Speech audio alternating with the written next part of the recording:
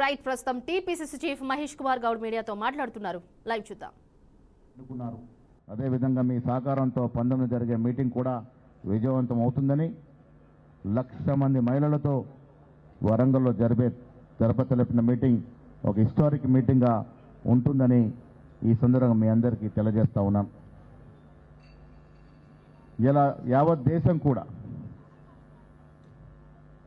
తెలంగాణలో జరుగుతున్నటువంటి ప్రభుత్వ తీరుతెన్నుల పట్ల ఇక్కడ ఇంప్లిమెంటేషన్ అవుతున్నటువంటి సంక్షేమ పథకాలు అభివృద్ధి పథకాల పట్ల ఆకర్షలే చూస్తూ ఉన్నారు.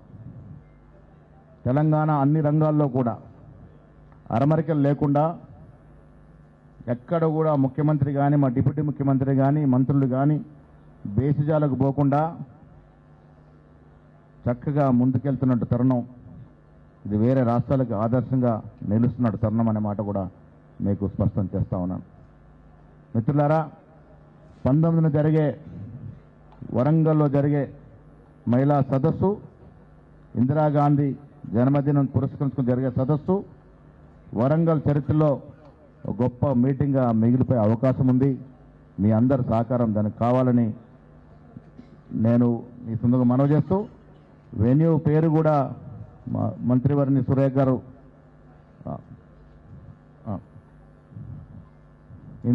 ఇందిరా మహిళా శక్తి ప్రాంగణం, ఇందిరా మహిళా శక్తి ప్రాంగణంలో జరిగే ఈ సభ ముఖ్యమంత్రితో పాటు కేబినెట్ మంత్రులు ప్రతి కాంగ్రెస్ కార్యకర్త మమైకమై ఈ మీటింగ్ని ముందుకు తీసుకెళ్తాం. ఈ మీటింగ్ని విజయవంతం చేసుకునే దిశగా మా నాయకులు, ఎమ్మెల్యేలు, ఎంపీలు, ఎమ్మెల్సీలు, కార్పొరేషన్ చైర్మన్లు అందరూ కూడా ఈ రోజు నుంచి ఆ మీటింగ్ కోసం మమైకమై ముందుకు పోతా ఉన్నారు. ఈ మీటింగ్ ద్వారా సంవత్సరం కాలంలో జరిగినటువంటి ప్రభుత్వ యొక్క కార్యక్రమాలు, సంక్షేమ కార్యక్రమాలు అవన్నీ కూడా వివరించే ప్రయత్నం చేస్తాం. Thank you. వరంగల్ ఎంచుకోవడానికి కారణం ఇందిరాగాంధీ గారి జన్మదినోత్సవం. వరంగల్ ఎప్పుడు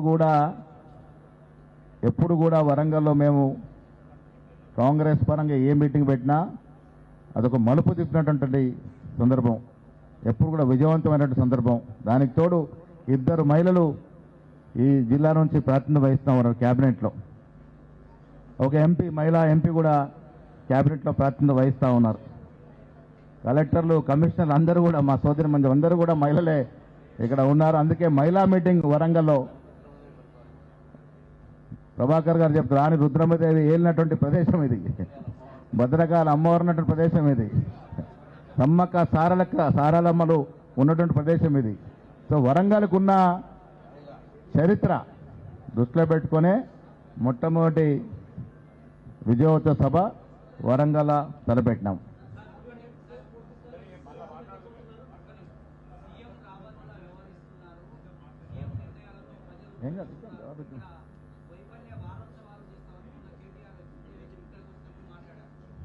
కేటీఆర్, అందుకే నేను మొదట్లో చెప్పిన, కేటీఆర్ మాటలు అధికారం కోల్పోయి అసహనంతో మాట్లాడుతున్నారు. నేను మీ ద్వారా కేటీఆర్ గారికి మైసులో మాకన చిన్నాను, రాజకీయాల్లో ఉన్నప్పుడు వాస్తవాలు మాట్లాడాలి, లేదంటే కొద్దిగా వాస్తవానికి దూరంగా ఉన్న విషయాలను మాట్లాడాలి.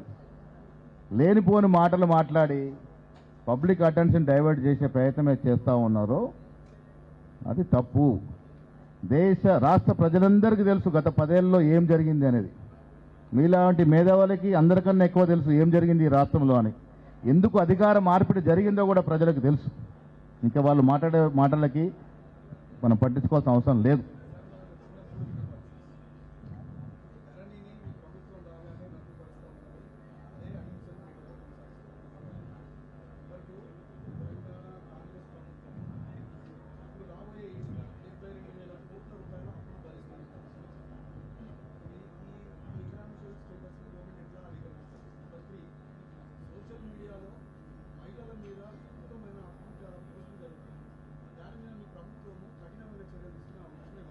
డెఫినెట్గా ఇప్పుడు మొదటి ప్రశ్న ధరణిలో ప్రతి బీదవాడు కలెక్టర్ల చుట్టూ ఎమ్మెల్యే